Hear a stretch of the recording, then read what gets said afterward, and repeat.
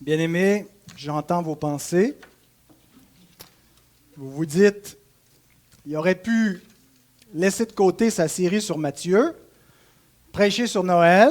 C'est notre dîner de Noël aujourd'hui. Il est bien fatigant de vouloir continuer sa série sur Matthieu.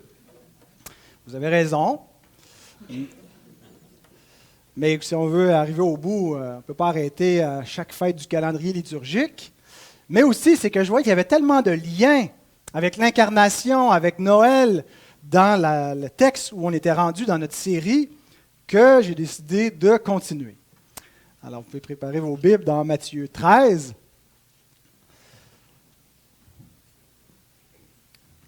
Au début de ce chapitre, Jésus nous a dit que il nous a été donné, aux disciples de Christ, de connaître les mystères du royaume des cieux. Et qu'à eux, en parlant des foules, cela n'a pas été donné de connaître ces mystères. Et parmi les mystères du royaume des cieux, un des plus grands mystères, c'est Dieu manifesté en chair. C'est ce que nous dit Paul dans 1 Timothée 3,16. Dieu venu dans la chair, c'est le grand mystère de la piété, de la foi. Vous savez, pour nous, en Occident, l'Église d'Occident, on associe beaucoup notre salut avec Pâques. Si on revient au calendrier liturgique, pour nous, la période de l'année qu'on associe le plus à notre salut, c'est la mort et la résurrection de Christ. Dans l'Église d'Orient, c'est Noël. C'est la nativité qui est associée le plus au salut, parce que dans la conception de l'Église orthodoxe d'Orient, la conception du salut, c'est que l'homme doit devenir Dieu, avec un D minuscule, dans le sens que, pas dans le sens qu'il va faire un avec l'essence divine, mais que l'homme a été créé pour atteindre, pour être en communion avec la nature divine et participer, comme nous le dit Pierre, il nous a rendus participants à la nature divine. Et la chute a empêché l'homme de devenir ce qui était appelé à être, à dépasser son état de simple homme créé sans péché et d'atteindre un état plus élevé que celui d'Adam en faisant un avec Dieu. Et c'est par l'incarnation de Dieu, c'est parce que Dieu s'est fait homme, que l'homme peut à nouveau devenir Dieu, dans le sens que les chrétiens d'Orient, je sais que c'est choquant un peu à nos oreilles occidentales d'entendre ça, mais dans le sens que nous devenons, nous participons à la nature divine. Et donc pour eux, et cette période de l'année, les frères d'Orient, c'est vraiment là où ils célèbrent le salut. Dieu s'est fait homme. Il y a un grand mystère. L'Esprit éternel a pris une chair. L'infini est venu dans le fini. L'immortel est venu dans une condition mortelle pour qu'on puisse atteindre la perfection que Dieu avait prévue pour l'homme. Et je pense qu'on ne devrait pas séparer et opposer Pâques et Noël ou cantonner notre salut seulement dans l'événement de Pâques. Je pense qu'il n'y a pas de salut s'il n'y a pas de mort et de résurrection, mais il n'y a pas de mort et de résurrection s'il n'y a pas d'incarnation, s'il n'y a pas de naissance. Et on a besoin de la totalité de l'œuvre du Christ, de sa naissance, son obéissance parfaite, sa mort expiatoire et sa résurrection pour avoir le salut. Alors, à Noël, on ne fait pas juste célébrer l'incarnation, mais le salut que nous avons par l'incarnation. Et pour nous, la naissance du Christ a toute sa valeur parce qu'il naît pour mourir. Il naît pour venir accomplir une mission qui va se solder en donnant sa vie en sacrifice. Alors, on ne doit pas détacher les parties de la vie de Christ ou les parties du calendrier et les isoler, mais donc voir comment il y a un tout dans l'intention divine en envoyant son Fils dans le monde pour notre salut. Avant de lire notre texte, j'aimerais faire deux comparaisons que j'ai trouvées intéressantes entre Noël et les paraboles du royaume. La première comparaison, c'est dans l'abaissement, dans l'humilité avant l'élévation. Comme on a dans Philippiens 2, il n'a pas regardé comme une proie arrachée de demeurer dans sa condition d'égalité avec le Père, mais se dépouillant lui-même, a pris une forme de serviteur, une forme d'esclave, apparu comme un simple homme, s'est rendu obéissant jusqu'à la mort et a été élevé dans la gloire. Avant l'élévation, avant l'exaltation, il y a eu l'abaissement. Et on retrouve cette notion-là qui est clairement enseignée dans les paraboles du royaume. Jésus, dans son enseignement sur la nature du royaume de Dieu, nous montre que le royaume ne venait pas de manière à frapper les regards. Le peuple attendait un royaume magnifique qui allait dépasser la gloire du royaume de Salomon. Et effectivement, le royaume des cieux dépasse largement la gloire du royaume de Salomon. Jésus lui-même dit, il y a ici plus que Salomon. Mais il ne vient pas premièrement de manière à frapper les regards et à montrer tout de suite d'emblée que ce royaume est plus glorieux dans son éclat que l'était le royaume sous David, sous Salomon. Et donc le parallèle avec la naissance de Christ, on a la naissance du roi, le roi avec un R majuscule, le roi qui est attendu, le Messie, le Christ, le fils de David, le fils de Dieu, qui vient, mais il vient dans des conditions extrêmement humbles, dans un abaissement qui est total. Et on parle de la crèche, mais ce n'est que le début de son abaissement. Et ça pointe, la crèche, ça pointe vers la croix, vers jusqu'où il va aller. En entrant dans le monde, il montre qu'il ne vient pas pour être servi, il ne vient pas pour être élevé au milieu des hommes, il vient pour s'abaisser, puis il va aller plus loin encore que de se trouver entre le bœuf et l'âne gris, mais il va se trouver entre deux brigands. Il va se trouver cloué sur une croix. Donc l'abaissement. Dieu choisit les choses folles du monde, les choses méprisées, un Messie méprisé, un Messie qui paraît faible aux yeux des hommes, un Messie crucifié qui est un scandale pour les Juifs et une folie pour les Grecs. Et par ces faiblesses et ces choses que le monde méprise, Dieu renverse les sages, renverse les choses qui sont considérées fortes et nobles aux yeux des hommes, qui sont une folie aux yeux de Dieu. Il y a un renversement. Le royaume vient de la même façon, comme une petite semence, nous avons vu dans notre dernière parabole, la parabole du grain de sénévé ou de moutarde et la parabole du levain. Le royaume qui vient de manière miniature, de manière invisible, de manière insignifiante dans le monde et qui va devenir un arbre qui va remplir tout le jardin, qui va prendre toute la place dans laquelle les oiseaux du ciel vont venir nicher, nous-mêmes, les païens qui ont trouvé refuge, qui n'avions point de droit de cité en Israël, et pourtant nous avons été faits de la maison d'Abraham par adoption. Et donc, il n'y a pas d'opposition entre cet abaissement et l'élévation qui va suivre. Le royaume commence petit comme une graine et finit comme un arbre. Christ vient, s'abaisse à la crèche, s'abaisse encore plus bas jusqu'à la croix, mais est ensuite élevé, exalté dans la gloire sur le trône. Il nous est dit dans Apocalypse 12,5 que la femme qui était enceinte devait enfanter un fils qui devait paître les nations avec une verge de fer. Dans l'abaissement est en même temps rappelé l'autorité, le règne, la gloire du Christ, mais qui n'est pas encore manifeste. Nous ne voyons pas encore. Alors, la première comparaison était celle-ci. L'abaissement, l'humilité, la forme cachée du royaume avant son élévation. Et on voit la même chose avec la fête de Noël. La deuxième comparaison, c'est le mystère caché. Jésus dit que, avant même les paraboles du royaume, « Je te loue, Père, de ce que tu as caché ces choses aux sages et aux intelligents et de ce que tu les as révélés aux enfants. » En venant dans le monde, le royaume des cieux est d'abord annoncé par la parole de Dieu. Il n'est pas visible. Il est annoncé par la parole, il est présent par l'Esprit, il est donné sous la forme de l'Évangile par des promesses qui se saisissent par la foi. Et il est caché pour ceux du dehors. Jésus dit, quand les disciples lui demandent « Pourquoi leur parles-tu en parabole ?» Ils ne comprennent pas. Parce qu'il vous a été donné de comprendre les mystères du royaume des cieux et qu'à eux, cela n'a pas été donné. La même chose est vraie avec Noël. Notre frère Roger nous rappelait que cette année encore, des millions de personnes vont célébrer la fête de Noël. Mais il y a un mystère caché. Ils ne le voient pas. Ils fêtent cette fête, ils se disent « Joyeux Noël », sans savoir ce que ça veut dire. Ils parlent de la nativité, ils vont même mettre de la musique dans leur maison qui annonce l'Évangile, qui parle du Christ, de la venue de Dieu incarné. Ils entendent ces merveilles et ils ne les comprennent pas. C'est juste le feeling de Noël qui les intéresse. C'est juste la saison des fêtes. Mais le mystère du royaume des cieux leur est caché.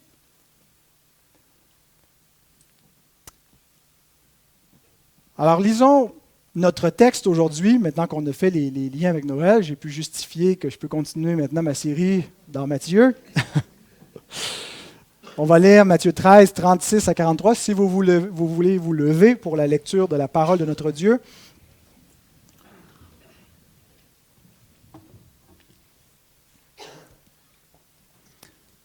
Alors il renvoya la foule et entra dans la maison. Ses disciples s'approchèrent de lui et dirent « Explique-nous la parabole de l'ivraie du champ. » Il répondit « Celui qui sème la bonne semence, c'est le Fils de l'homme. Le champ, c'est le monde. La bonne semence, ce sont les fils du royaume. L'ivraie, ce sont les fils du malin. L'ennemi qui l'a semé, c'est le diable. La moisson, c'est la fin du monde. Les moissonneurs, ce sont les anges. Or, comme on arrache l'ivraie et qu'on la jette au feu, il en sera de même à la fin du monde. Le Fils de l'homme enverra ses anges qui arracheront de son royaume tous les scandales et ceux qui commettent l'iniquité. Et ils les jetteront dans la fournaise ardente où il y aura des pleurs et des grincements de dents.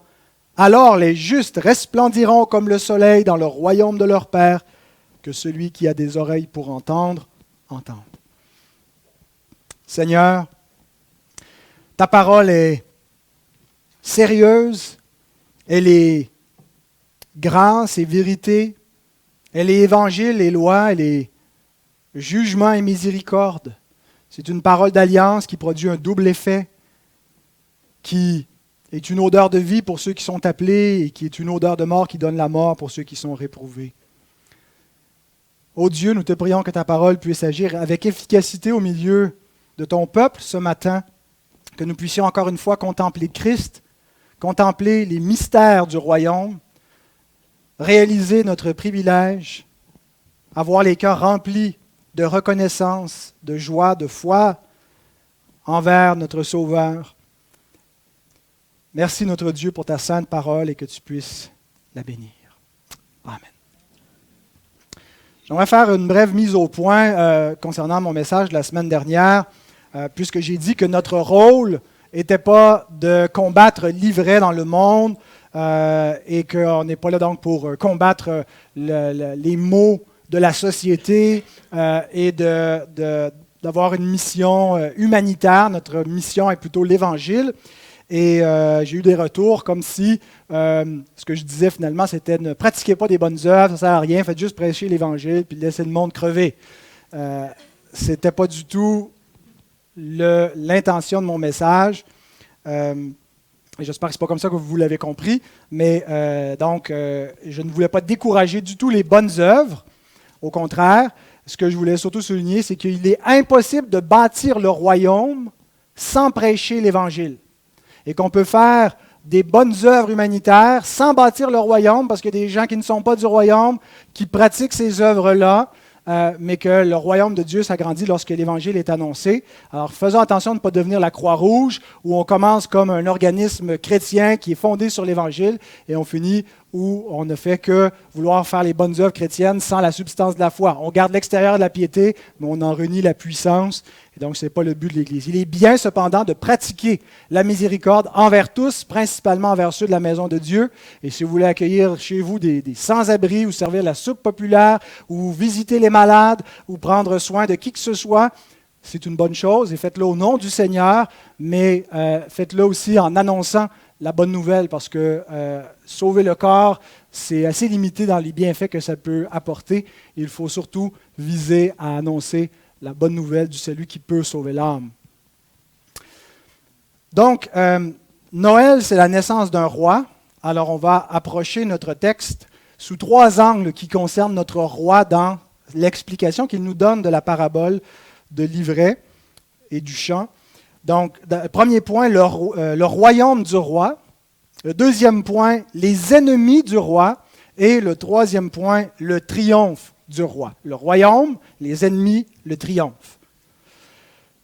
Au verset 36, on a encore une fois l'opposition, si on veut, qui nous est donnée entre la foule et les disciples. La foule est renvoyée, mais les disciples sont gardés proches. Pour la foule, tout se passe en parabole, ils sont du dehors, ils ne saisissent pas les mystères du royaume des cieux, et Christ ne leur révèle pas, il leur parle en parabole afin qu'ils ne comprennent pas, qu'ils ne se repentent pas, parce qu'ils ne viennent pas à lui pour être sauvés. Mais les disciples, ils ne comprennent pas plus. Ils ne comprennent pas la parabole, mais il y a une différence dans leur ignorance. Ce n'est pas qu'ils ne comprennent pas en raison d'incrédulité ou parce qu'ils sont des inconvertis, qui sont endurcis, mais c'est plutôt en raison d'immaturité spirituelle. Et alors, quand on voit toujours ce contraste entre les disciples et la foule, posons-nous la question, à quelle catégorie j'appartiens? Parmi toutes les catégories des hommes qui existent, finalement, il n'y en a que deux catégories. Les quatre terres de la parabole du semeur se résument à deux types d'hommes, ceux qui sont régénérés par la parole et ceux qui ne le sont pas, qui vont manifester leur endurcissement de différentes façons, mais qui reviennent au même. Alors, nous ne devons pas être que de la foule, que des gens qui ont une notion floue de Christ, qui appartiennent à une nation qui a des valeurs judéo-chrétiennes, qui entendent des choses sur Christ, sur Noël et qui ne comprennent pas ces mystères. Mais nous devons être de ceux qui sont autour de Christ, qui reçoivent l'instruction du Maître lui-même, parce qu'ils croient en lui, parce qu'ils ont confiance en lui, ils sont éclairés par lui. Alors les disciples demandent « Explique-nous la parabole de l'ivraie du champ ». Remarquez qu'ils ne disent pas « Explique-nous la parabole du blé et de l'ivraie ». Ils ne mentionnent pas le blé, l'emphase est mise sur l'ivraie et sur la nature du champ. Alors il est nécessaire de définir le champ. Et d'ailleurs, à la fin, il est présenté comme le royaume. Le champ est dit, c'est le royaume de Christ. Et il envoie ses anges arracher de son royaume ceux qui commettent les scandales. Alors, c'est quoi ce royaume de Christ dans lequel il y a de l'ivraie? Alors, la question que je pose, est-ce que le champ représente l'Église ou le monde? Et je vous ai dit, quand on avait vu il y a 2 semaines, 3 semaines, je ne sais plus, la parabole elle-même, qui donne un petit peu plus tôt, avant de donner l'explication, que je ne suivrai pas Luther, Calvin, Gill et compagnie, mes commentateurs que j'ai l'habitude de consulter et qui m'éclairent généralement, avec lesquels je m'accorde généralement, mais que je ne les suivrai pas dans leur interprétation de cette parabole, puisqu'ils interprétaient la parabole du champ comme représentant l'Église. Et c'est la position majoritaire dans l'Église, la position historique, si on veut, de l'Église, que le champ représente l'Église elle-même. Le Fils est venu et qu'ici il est question de l'incarnation. Il vient, il sème l'évangile du royaume et ça produit un fruit. Il y a des gens qui se convertissent et qui poussent, mais en même temps, dans son royaume, bien l'ennemi vient semer de l'ivraie et que ce sont les faux croyants qui se retrouvent dans l'Église visible. Ils ne sont pas vraiment nés de nouveau, mais ils s'assemblent avec les croyants et ils sont dans le champ, puis ils vont être arrachés du champ, arrachés du royaume de Christ. Et donc l'application que font ces théologiens, c'est que nous devons tolérer la mixité de l'Église, que l'Église, par nature, contient des régénérés, mais en même temps, il y a des faux croyants, mais qui confessent quand même la doctrine chrétienne, mais ils ne sont pas nés de nouveau, ils ne sont pas vraiment convertis, ils sont des chrétiens de nom, mais non pas de cœur.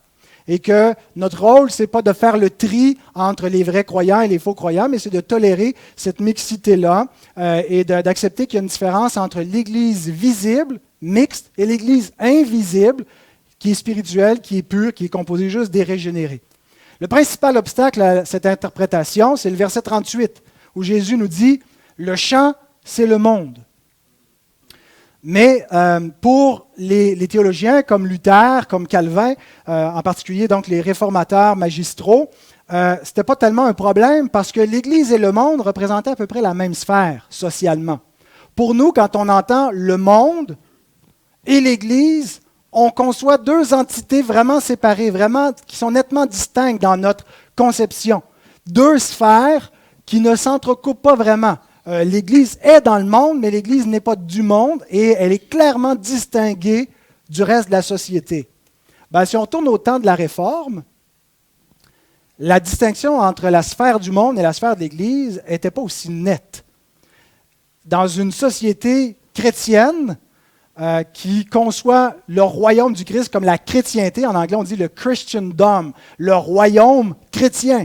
Le royaume chrétien, ce sont les nations chrétiennes. Toutes les nations d'Europe à cette époque-là sont des nations chrétiennes. Et en dehors, il y a des nations païennes, il y a les Turcs qui sont les Mahométans ou les musulmans, comme on les appelle à l'époque, les Mahométans, ne sont pas dans le royaume des cieux parce qu'ils ne sont pas dans l'Église visible. Mais les autres nations chrétiennes, c'est la chrétienté, c'est donc le royaume visible du Christ. Mais les réformateurs avaient une assez bonne doctrine du salut pour comprendre que même si c'était des nations confessionnellement chrétiennes, tous ceux qui étaient baptisés dans ces nations-là n'étaient pas des chrétiens. Alors pour eux, le chant, ben c'est ça, c'est le monde, et dans le monde, il y a la vraie Église, mais tout ça, c'est l'Église visible qui est mixte. Et il y a des fanatiques comme les anabaptistes qui veulent séparer le monde et l'Église et qui veulent une Église pure. Et en fait, ce qu'ils font, c'est qu'ils sont coupables de vouloir arracher l'ivraie trop tôt. Ils veulent arracher l'ivraie avant le temps et ce n'est pas leur rôle, c'est pas le rôle de l'homme d'arracher l'ivraie et de séparer le blé de l'ivraie, c'est le rôle de Dieu à la fin et qu'en ce moment, on devrait tolérer qu'il y a une certaine mixité dans l'Église. Il y a des pécheurs scandaleux, on peut pratiquer la discipline d'Église à leur égard, mais s'il y a des inconvertis qui sont décents et qui se comportent bien dans la société, ben, l'Église doit les tolérer en son sein. Alors, c'était l'interprétation qu'avait les réformateurs. Et ce n'est pas l'interprétation donc, que j'ai. Je pense qu'ils sont très influencés par leur contexte social. On pourrait en même temps réaliser que nous aussi, on est influencés par notre contexte social. Quelqu'un pourrait nous revirer ça de bord et dire, mais oui, mais nous, on lit la parabole au travers de notre contexte séculier, d'une société qui a séparé l'Église et l'État. Et puis, à cause de ça, on voit bien la distinction, le monde et l'Église. Et finalement, c'est notre contexte social qui détermine comment on interprète la parabole. Sauf que notre contexte au 21e siècle ressemble beaucoup plus au contexte du 1er siècle dans le rapport l'Église versus le monde que pouvait ressembler celui du 15e, 16e, 17e siècle avec celui du 1er. Donc, le chant, c'est quoi? Si on dit que ce n'est pas l'Église, mais que le chant, c'est le monde, est-ce que ça veut dire que l'Église est exclue du chant? C'est juste le monde, puis le monde et l'Église, c'est deux choses séparées. Je ne pense pas ici que le mot « monde » est à prendre dans son sens, le monde dans le sens royaume des ténèbres, le monde dans le sens, le monde opposé à l'Église, opposé au royaume des cieux, mais plutôt dans le sens plus global, c'est-à-dire comme dans Jean 3,16, « Car Dieu a tant aimé le monde ». Et ça inclut ici de manière plus globale la création dans son entier, les hommes qui composent cette création. Alors ici, je prends le monde comme désignant, comme englobant les deux semences. Dans le champ, qui représente le monde, on a l'Église qui est représentée par la bonne semence, et on a les inconvertis qui sont représentés par l'ivraie. Et remarquez que tous les deux sont dans le champ qui appartient à Christ. Tous les deux sont sous l'autorité du Christ. On commet parfois une erreur de confondre le royaume de Christ, le royaume des cieux, le royaume de Dieu, tous des termes synonymes, avec l'Église. Et je pense que quand on associe étroitement Église et royaume, Église visible et royaume, on limite le règne de Christ à l'Église visible. Il est vrai que dans un certain sens, l'Église est appelée le royaume, qu'on est un peuple saint, un sacerdoce royal, qu'on est la maison de Dieu, donc le peuple sur lequel Christ règne, et son royaume qui lui appartient. Mais en même temps, l'autorité du Christ, la juridiction sur laquelle règne, dépasse l'Église. Christ règne sur le monde visible et invisible, sur tout le monde, sur tous les hommes, sur les régénérés comme sur les non-régénérés, sur les anges comme sur les démons. Il dit à la fin de l'évangile de Matthieu, « Tout pouvoir m'a été donné dans le ciel et sur la terre. » Et la parabole de l'ivraie, le cadre de cette parabole, ce n'est pas l'Église versus le monde, c'est plutôt l'ancienne création déchue versus la nouvelle création. L'ancien Adam qui a perdu le règne, Dieu avait tout placé sous ses pieds et il a tout livré à la puissance angélique déchu, le diable. Christ s'abaisse pour un peu de temps sous les anges afin de défaire la puissance diabolique qui règne sur le monde pour à nouveau soumettre la création, les œuvres de Dieu entières sous les pieds de l'homme, le Fils de l'homme. Le psaume 8 est accompli en Jésus-Christ par son incarnation. Et donc, le cadre, c'est celui de la nouvelle création. Ce n'est pas à des anges que Dieu a soumis le monde à venir, comme le monde présent est soumis à des anges déchus, le monde entier sous la puissance du malin, mais c'est au Fils de David, le Fils de Dieu, en tant qu'homme, que le monde à venir est soumis. Et le monde à venir n'est pas juste à venir, il est déjà venu. Le siècle futur est déjà commencé dans le présent. C'est ce qu'on appelle souvent le déjà et le pas encore. Et c'est le royaume du Christ sur lequel il règne. Et le chant, donc, représente tout le cosmos sur lequel Jésus est Seigneur. Et il y a de l'ivraie dans son chant parce qu'il y a un ennemi qui le semait au commencement. Et vous remarquerez que ce n'est pas le blé qui est arraché du champ, c'est l'ivraie. Le blé a le droit d'y être. Le monde nous appartient. 1 Corinthiens 1, 21 à 23 nous dit « Tout est à vous. Le monde est à vous. » Pourquoi? Parce qu'il a été racheté par Christ. Le monde appartient à Christ. Oui, il est vrai qu'il y a encore un pouvoir concurrent, celui du diable, celui du péché, qui est toléré pour un temps parce que Dieu ne veut pas arracher trop vite l'ivraie pour qu'il y ait des conversions qui deviennent du blé. Mais il reste que même s'il y a encore le pouvoir du diable, c'est un pouvoir qui a été détruit, qui est là seulement pour un temps. Il sait que ses rugissements vont terminer. Il sait que son temps est compté. Apocalypse 12, le diable a une grande fureur contre la terre parce qu'il sait que Christ va régner qu'une verge de fer. Il règne déjà. Et il attend que ses ennemis deviennent son marchepied. Et donc, le monde lui appartient et parce que nous sommes les co-héritiers de Christ, le monde nous appartient. Et nous ne serons pas arrachés de ce monde, mais l'ivraie sera arrachée de ce monde. Alors voilà pour ce qui est du royaume du roi, la juridiction du roi. Ce qui nous amène aux ennemis du roi qui nous sont décrits au verset 38 et 39. Relisons ces deux versets. L'ivraie, ce sont les fils du malin. L'ennemi qui l'a semé, c'est le diable. La moisson, c'est la fin du monde. Les moissonneurs, ce sont les anges. Les hommes songent rarement qu'ils sont ennemis de Dieu. Si vous demandez à votre famille, vos amis, vos collègues inconvertis, s'ils sont les ennemis de Dieu, à moins d'être des Richard Dawkins conscients là, de leur animosité contre la religion, contre le christianisme en particulier, la plupart des gens qui ne sont pas des croyants ne sentent pas une animosité particulière, consciente, contre Dieu. Ils sont pourtant déclarés les ennemis de Dieu par la parole. Mais ils ne s'envisagent pas comme ennemis de Dieu, généralement aussi parce qu'ils ne s'envisagent pas comme les fils du malin. Pour les hommes, le diable, pour la plupart des hommes, le diable est un mythe. Le diable est une invention de l'Antiquité pour expliquer le mal, le problème du mal. Mais le diable n'existe pas pour vrai. Ils ne voient pas qu'il y a une connexion entre eux et le diable. Et c'est un des plus grands tours de force de Satan. C.S. Lewis mettait ça de l'avant dans le Screw Tape Letters, je sais quoi en français, les tactiques du diable. Où c'est un démon qui crée un autre démon. Puis une des tactiques du diable pour séduire l'homme, c'est de se faire oublier. C'est de lui faire croire qu'il est un mythe. C'est de lui faire croire qu'il n'existe pas. C'est de lui faire croire que l'homme est le seul maître de sa destinée, qu'il n'est pas sous aucun pouvoir spirituel, aucune autorité, ni de Dieu, ni du diable, qu'il a un parfait libre arbitre, qu'il est la seule autorité qui est ultime en lui-même, qu'il n'y a pas de pouvoir spirituel au-dessus de lui. Et c'est ce qui a réussi en grande partie dans notre société séculière, qui ne croit plus aux puissances célestes. Et donc, les hommes ne s'envisagent pas comme les fils du malin et ne se voient donc pas comme les ennemis de Dieu. Mais la façon que les hommes sont ennemis de Dieu et captifs du diable, c'est principalement par la pensée déchue, par l'état de leur pensée qui manifeste une animosité contre Dieu et sa loi, et par leurs œuvres mauvaises qui montrent qu'ils sont les fils du malin. Colossiens 1, 21 vous qui étiez autrefois étrangers et ennemis par vos pensées et par vos mauvaises œuvres. Il vous a maintenant réconciliés par sa mort dans le corps de sa chair.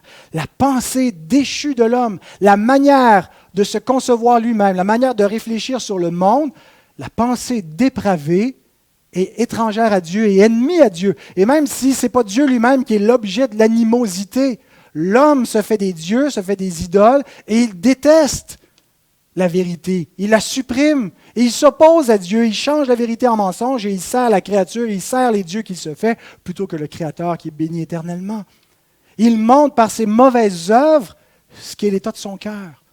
Il agit selon sa nature et c'est comme ça qu'il est captif de Satan. Et le pouvoir de Satan, c'est un pouvoir qui est invisible. Il nous est dit dans Éphésiens 2, verset 2, qu'il est le prince de la puissance de l'air. Celui qui est le prince de ce monde et qui agit dans les fils de la rébellion, qui y vivent selon le train de ce monde, est le prince de la puissance de l'air. Qu'est-ce que ça veut dire, cette expression? Je vais demander au pasteur Gill, John Gill, j'ai trouvé le moyen de le citer pareil. Je ne peux pas être d'accord avec lui dans Matthieu 13, mais dans Éphésiens 2, ça allait. Il dit, « Il ne faut pas comprendre cette expression comme si le diable avait un supposé pouvoir sur l'air, par permission divine, pour faire souffler le vent, etc. » Certains ont fait ce rapprochement avec Job, et puis là, la tempête qui vient, puis c'est le diable qui provoque la tempête. Donc, quand il y a des cataclysmes, c'est le diable, c'est le prince de la puissance de l'air, fait qu'il souffle. Mais il s'agit d'une troupe de démons. Le mot « puissance de l'air » réfère à une troupe de démons, lesquels ont résidence dans l'air. Cette notion n'était pas propre aux Juifs, qu'il y aurait des esprits nuisibles et maudissants qui agissent maintenant dans l'air. Il y a un prince qui est leur chef. Il s'appelle Belzébul, le prince des démons. Bien-aimés, aussi séculier qu'est le monde dans lequel vous vivez, il y a des démons. Il y a des esprits impurs et il y a le prince des démons qui agit dans un monde céleste, invisible, mais qui se manifeste dans le monde visible, parmi les royaumes des hommes. D'où vient la persécution du peuple de Dieu dans le monde, sinon du royaume des ténèbres? D'où vient l'iniquité grandissante dans le monde? D'où viennent les croyances hostiles à la vérité dans le monde, sinon du prince de la puissance de l'air, de Satan, qui existe et qui tient les hommes captifs sous son pouvoir, le monde entier sous son pouvoir. Nous lisons dans la première épître de Jean, à la fin de son épître, « Nous savons que nous sommes de Dieu et que le monde entier est sous la puissance du malin. À moins d'être affranchis de la puissance du diable, par défaut, les hommes sont sous la puissance du malin. On ne vient pas au monde neutre entre deux camps spirituels qui s'affrontent, puis il faut choisir notre camp. On vient au monde captif. Déjà dans la puissance, dans les griffes du diable, il faut en être délivré, affranchi. On ne peut pas s'évader de cette prison. On a besoin d'être secouru par le Fils de Dieu. Si le Fils ne nous rend pas libres, nous demeurons esclaves de ce qui a triomphé de nous. Et ce n'est pas juste en dehors de nous, ce n'est pas juste dans le monde, c'est dans notre propre nature. La captivité du diable s'est emparée de nous dans notre pensée, dans notre volonté qui est asservie au pouvoir déchu. Alors les hommes ne sont pas libres. Jean Calvin écrit ceci en commentant lui aussi Éphésiens 2. « Où donc est le libre arbitre, le conseil de la raison, la vertu morale à propos desquelles les papistes font tant de babillage? Que trouveront-ils de pur et de saint sous la tyrannie du diable? C'est bien avisé et consciemment qu'ils détestent cette doctrine de saint Paul comme une grande hérésie. Or, je soutiens qu'il n'y a rien d'obscur dans les propos de l'apôtre. Tous les hommes qui vivent selon le train de ce monde, c'est-à-dire selon les inclinations naturelles de leur chair, sont des combattants sous le règne de Satan. » Qu'ils soient des matérialistes au sens contemporain, là, qui vivent pour le matériel, pour les cadeaux de Noël, ou matérialistes au sens philosophique, athées qui croient qu'il y a la matière qui existe seulement, qu'ils soient des bouddhistes, qu'ils soient des gens de bonne vie, peu importe ce qu'ils sont. S'ils vivent selon leur inclination naturelle, s'ils ne sont pas régénérés, s'ils n'ont pas été affranchis par le Fils, s'ils ne croient pas l'Évangile, s'ils ne connaissent pas les mystères du royaume des cieux, ils sont captifs du royaume des ténèbres. Ils sont aveugles. Et ce n'est pas Dieu donc qui cherche la guerre avec ses ennemis. Ce n'est pas Dieu le premier qui fait la guerre à l'homme. C'est l'homme qui a déclaré la guerre à Dieu. C'est l'homme qui s'est mis du côté de l'ennemi de Dieu. C'est l'homme qui s'oppose à Dieu par ses pensées. C'est l'homme qui déteste la lumière. Les ténèbres n'ont pas aimé la lumière. C'est l'homme qui est hostile. Et Dieu tend la main à l'homme.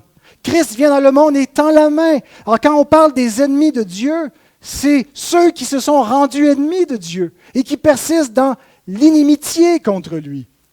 Dieu tend la main d'amitié, tend la main de grâce aux hommes. Dieu appelle les pécheurs à devenir ses enfants, à devenir ses amis, à ne pas rester ses ennemis. C'est une voie perdue. C'est un combat qui mène à la ruine si les hommes veulent suivre leur propre voie. On a un réflexe peut-être comme calviniste quand on entend cela, ce que je viens de dire, que ce n'est pas Dieu qui se fait ennemi des hommes, tout de suite parce qu'on pense à la souveraineté de Dieu. On se dit, ouais, mais Dieu a juste à les convertir. Il a juste à faire comme il a fait avec nous, les appeler irrésistiblement. Alors quand Dieu tend la main vers les hommes, c'est un peu injuste parce qu'ils ne peuvent pas vraiment répondre. Dieu se joue des hommes, fait semblant de vouloir se réconcilier avec eux, mais en fait, les livre à l'endurcissement de leur cœur. Et on a ce raisonnement-là un peu hyper calviniste, qui accuse Dieu, qui soupçonne le mal en Dieu, parce qu'il tend la main aux pécheurs qui ne peuvent pas répondre à son appel. Et en fait, Paul répond à cet argument-là, à cette réflexion qui vient de l'iniquité de notre pensée, qui vient de notre mauvais cœur qui soupçonne le mal en Dieu. Il répond dans Romains 3, 3 à 8. Et quoi? Si quelques-uns n'ont pas cru, leur incrédulité annulera-t-elle la fidélité de Dieu? S'ils ne croient pas parce qu'ils ne peuvent pas croire, ben ça annule automatiquement la fidélité de Dieu. Il y a juste à les faire croire, puis ils vont croire. Alors leur incrédulité prouve l'infidélité de Dieu. Loin de là. Que Dieu, au contraire, soit reconnu pour vrai et tout homme pour menteur selon qu'il est écrit, afin que tu sois trouvé juste dans tes paroles et que tu triomphes lorsqu'on te juge. Mais si notre injustice établit la justice de Dieu, que dirons-nous? Dieu est-il injuste quand il déchaîne sa colère? Je parle à la manière des hommes. Je parle selon ce raisonnement charnel. Dieu est injuste quand il déchaîne sa colère, parce qui est-ce qui résiste à sa volonté? Dieu dit à Pharaon, laisse aller mon peuple, mais en même temps lui dit, j'endurcirai ton cœur pour montrer en toi mes œuvres, ma justice, ma colère, et que mon nom soit connu sur toute la terre. Alors, si l'injustice de Pharaon établit la justice de Dieu, Dieu est injuste en faisant ça. Il le piège. Loin de là. Autrement, comment Dieu jugerait-il le monde? Et si par mon mensonge, la vérité de Dieu éclate davantage pour sa gloire, pourquoi suis-je moi-même encore jugé comme pécheur? Et pourquoi ne ferions-nous pas le mal afin qu'il en arrive du bien, comme quelques-uns qui nous calomnient prétendent que nous le disons? Et Paul dit, la condamnation de ces gens est juste. Si nous pensons que Dieu est inique, si nous pensons que parce que Dieu approche sa bonne parole de Pharaon et commande à Pharaon quelque chose qu'il déteste naturellement et qui ne lui donne pas sa grâce pour se convertir et que Dieu en faisant ça est injuste, nous montrons l'impiété de notre nature. Nous montrons l'endurcissement de notre cœur. Dieu ne doit sa grâce à personne et il n'arrêtera pas d'être bon, il n'arrêtera pas d'être juste parce qu'en agissant ainsi, les hommes seraient pires. Pour rappeler la logique de Luther dans le Cerf Arbitre, qui dit, est-ce que Dieu va arrêter d'être bon? Est-ce que Dieu va arrêter d'être juste?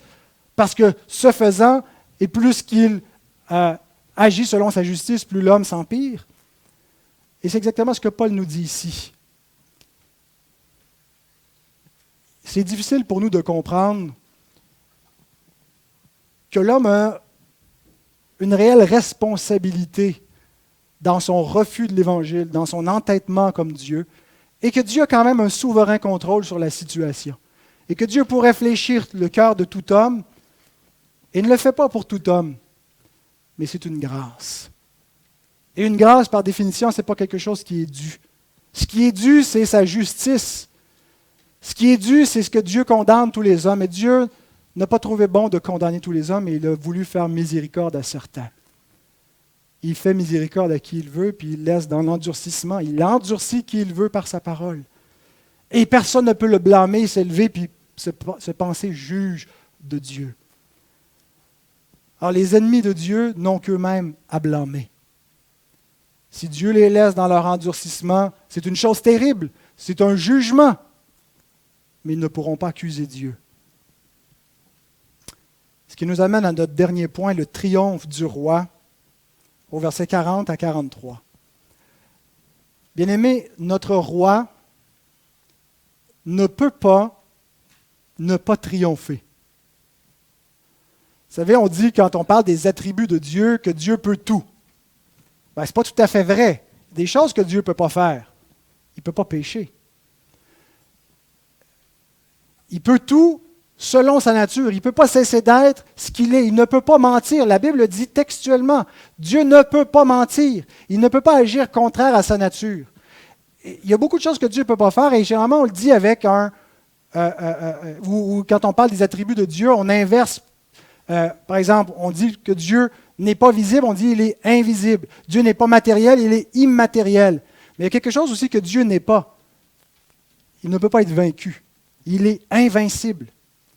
On appelle ça l'invincibilité divine. Les hommes, dans leur entreprise de rébellion contre Dieu, dans leur hostilité vis-à-vis de Dieu, c'est une folie. Ils se sont rebellés, ils ont levé le poing, ils ont déclaré la guerre à quelqu'un qui ne peut pas perdre, à quelqu'un qui, par nature, ne peut qu'être qu'un vainqueur. Et nous voyons la grande miséricorde de Dieu qui, ne pouvant pas perdre, a voulu rendre des hommes vainqueurs avec lui. Il n'a pas voulu juste triompher des hommes en détruisant leur rébellion, en exécutant sa justice. Mais il a triomphé d'eux en exécutant en même temps sa miséricorde. A triomphé du mal, a triomphé des pouvoirs de ce monde qui se sont rebellés contre Dieu et auxquels les hommes se sont joints. Il a triomphé d'eux par la croix. Et le triomphe de notre roi, le triomphe de Christ, le triomphe de celui qui ne peut pas perdre, de l'invincible, va se manifester de deux façons. Par la condamnation de ses ennemis et par la glorification de ses fils. Le verset 40 à 42 nous donne la première façon. « Or, comme on arrache l'ivraie et qu'on la jette au feu, il en sera de même à la fin du monde. Le Fils de l'homme enverra ses anges qui arracheront de son royaume tous les scandales et ceux qui commettent l'iniquité, et ils les jetteront dans la fournaise ardente où il y aura des pleurs et des grincements de dents. » La patience du maître envers l'ivraie dans son champ ne durera pas éternellement. Dieu est patient. Et ce n'est pas qu'à un moment donné, il va devenir impatient, il ne sera plus capable d'en prendre plus. C'est que sa patience, il a déterminé la limite de sa patience, jusqu'à quand il va retenir le jour de sa colère. Dès le jour 1, les moissonneurs qui ont vu l'ivraie dans le champ ont dit « Maître, veux-tu qu'on aille l'arracher? » Ils ont constaté l'anormalité de la situation. Les anges de Dieu sont prêts à intervenir, voyant que dans la bonne création de Dieu, il y a de l'ivraie. Ils ont été prêts à frapper les hommes dès le jour 1 par le jugement final. Et Dieu dit, pas tout de suite. Laissez mûrir les deux ensemble. Il faut que l'iniquité des Amoréens soit à son comble avant qu'Israël vienne la moissonner. C'était là une autre parabole du jugement final, la conquête de Canaan. Il viendra un temps où non seulement le blé sera à point, mais toute la moisson va être mûre, la moisson de l'ivraie aussi. Et Dieu va dire à ses anges de jeter leurs faucilles et de venir fouler.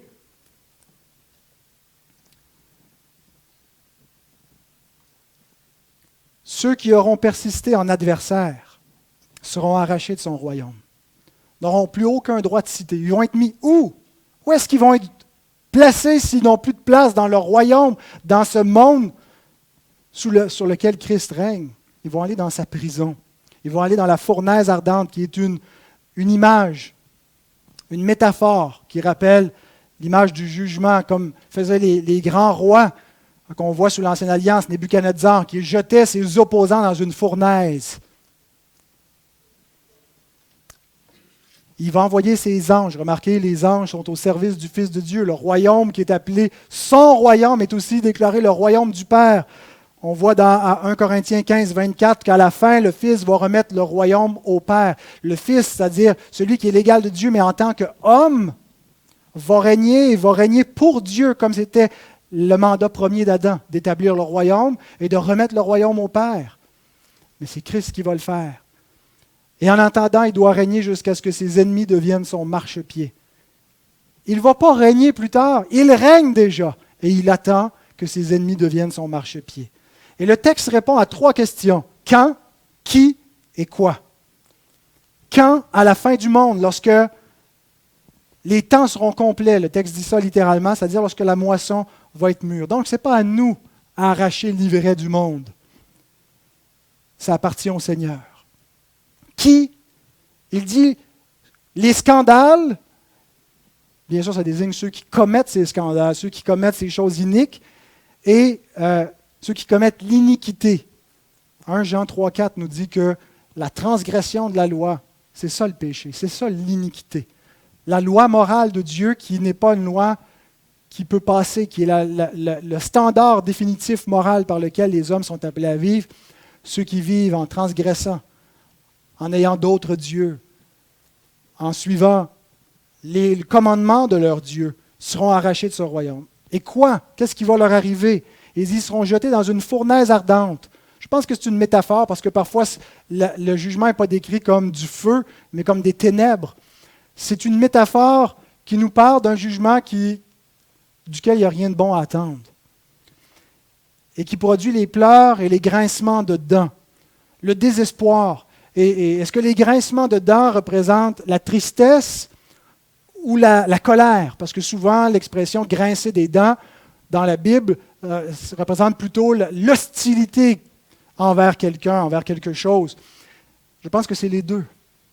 Ses ennemis vont être dans ce mélange d'un désespoir, d'une tristesse, mais en même temps d'une hostilité, d'une colère. Ils vont renouveler éternellement leur condamnation comme ces gens qui sont emprisonnés. Puis pendant qu'ils sont emprisonnés, ils commettent d'autres crimes et donc ils reprennent encore plus de temps et puis sont à perpétuité.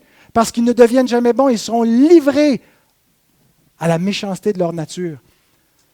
Ils ne viendront jamais de repentance, jamais, ils vont toujours grincer des dents contre Dieu.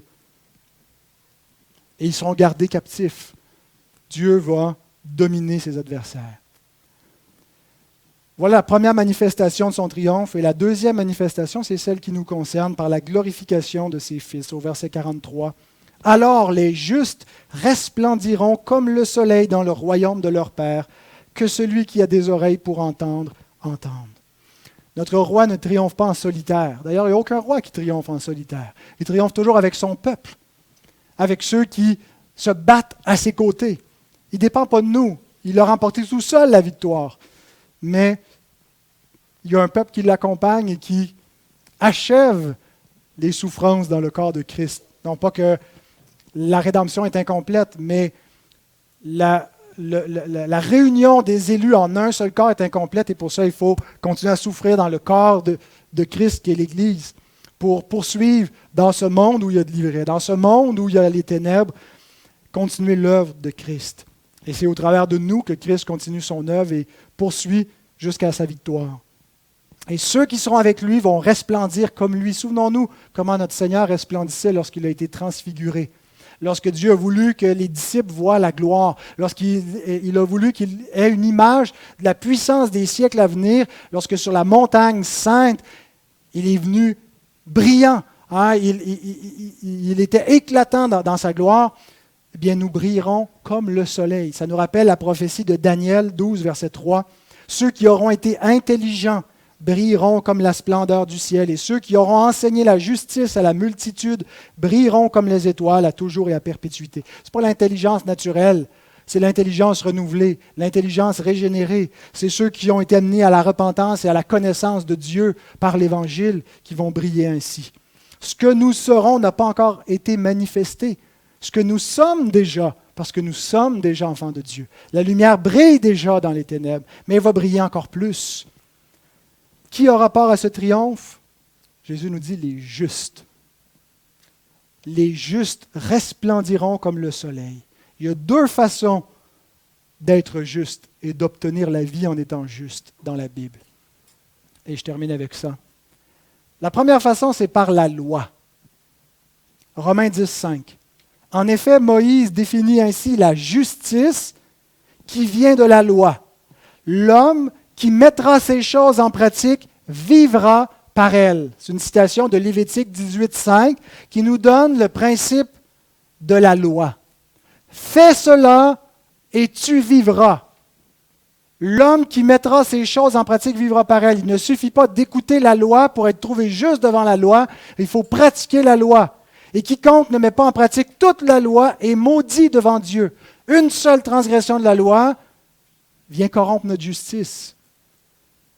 Bien sûr, après la chute, il n'y a aucun homme qui peut être juste par la loi. Mais Adam était appelé à être juste et à atteindre la vie éternelle en gardant la loi, à faire cela et vivre par le commandement.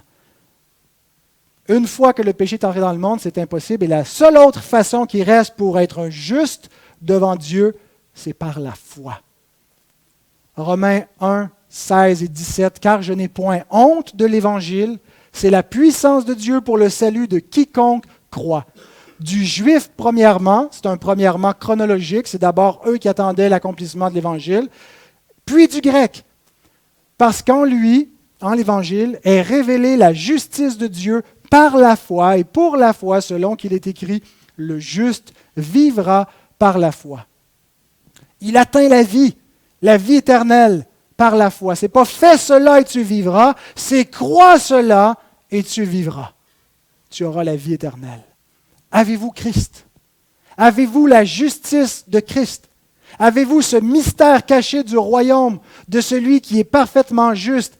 Sa justice qui est cachée, il est venu dans le monde. Pourquoi? Pas pour abolir la loi, mais pour accomplir la loi et par son accomplissement, par sa parfaite obéissance, que nous puissions être déclarés justes devant Dieu. Parce qu'en croyant, nous sommes revêtus de Christ et de sa justice. Il n'y a plus de probation pour nous, il n'y a plus de test à passer. Le test est passé. Nos iniquités sont payées, notre obéissance est réglée, Christ nous couvre et nous sommes déclarés justes. Et parce que nous sommes justes, nous resplendirons éternellement dans son royaume, le royaume de notre Père. Jésus termine en disant que celui qui a des oreilles pour entendre, entend. Littéralement, c'est que celui qui a des oreilles entende. Vous avez tous des oreilles. Ce que cette parole veut dire, c'est ce que je vous dis, c'est extrêmement sérieux. Prêtez attention. Ce sont les choses les plus importantes, les choses du royaume. Prenons garde de peur d'être emportés loin d'elle. Prenons garde que la joie des fêtes, la joie des festivités, les préoccupations occupent toute la place dans notre vie, que notre travail, que nos soucis, que le monde présent nous accorde et viennent étouffer la parole du royaume. Attachons-nous à cet évangile que nous avons entendu d'abord par le Seigneur, ensuite par ceux qui nous l'ont transmis, de peur d'être entraînés loin de cette bonne nouvelle. Et persévérons dans la foi. Les justes sont non seulement ceux qui ont cru, mais ceux qui persévèrent dans cet évangile. Eux seuls resplendiront dans le royaume. Que le Seigneur bénisse sa parole. Amen.